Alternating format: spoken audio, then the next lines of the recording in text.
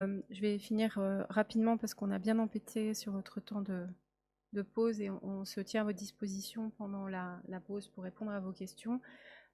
Donc, en conclusion, ce qu'on a un petit peu envie de vous dire, c'est que le muscle, il ne faut pas oublier que ce n'est pas seulement un effecteur, c'est aussi un élément de soutien. Donc, autant que le squelette, si le muscle est défaillant, la stabilité rachidienne et aussi la stabilité du caractère érigé est perturbée. Donc, le maintien, alors je ne devrais pas dire tonus de base, mais d'une activité musculaire physiologique est essentielle pour contrecarrer l'effet de la gravité dès qu'il y a une situation déséquilibrante. Mais dans la déformation, le problème, c'est que ce déséquilibre, il est permanent.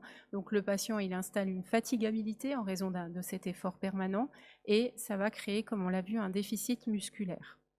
Alors, il y a véritablement un lien entre cette fonction qualité musculaire et l'âge, le sexe, mais aussi l'organisation sagittale que malheureusement on n'a pas eu le temps d'analyser pour cette table ronde.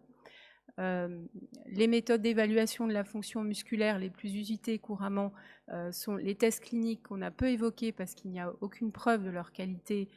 L'imagerie qui a montré tout son intérêt à la fois qualitatif et quantitatif, qui apporte des informations aussi en termes de déficit, plutôt infiltrat graisseux ou déficit pur.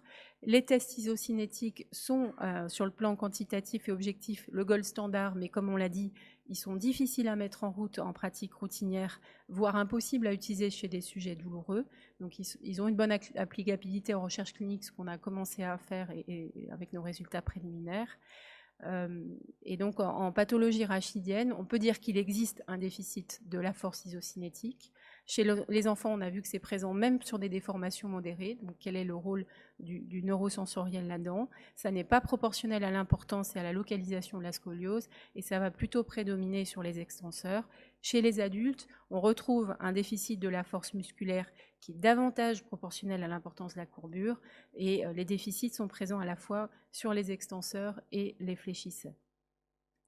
Je vais aller directement à la conclusion. Donc l'équilibre rachidien repose beaucoup sur l'alignement du squelette et la compréhension des règles qui régissent cet alignement, mais le muscle a un rôle essentiel de soutien dans la stabilité. Donc il doit être évalué de façon plus objective pour accompagner les traitements, à la fois les traitements fonctionnels, les traitements par corset, mais aussi les traitements chirurgicaux, pour mieux comprendre aussi les mécanismes d'aggravation.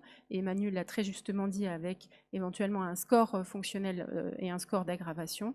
Et la rééducation musculaire doit faire partie intégrante de la prise en charge des patients quand ils doivent rester adaptés en permanence à un déséquilibre résiduel ou après le traitement de ce déséquilibre. Je vous remercie.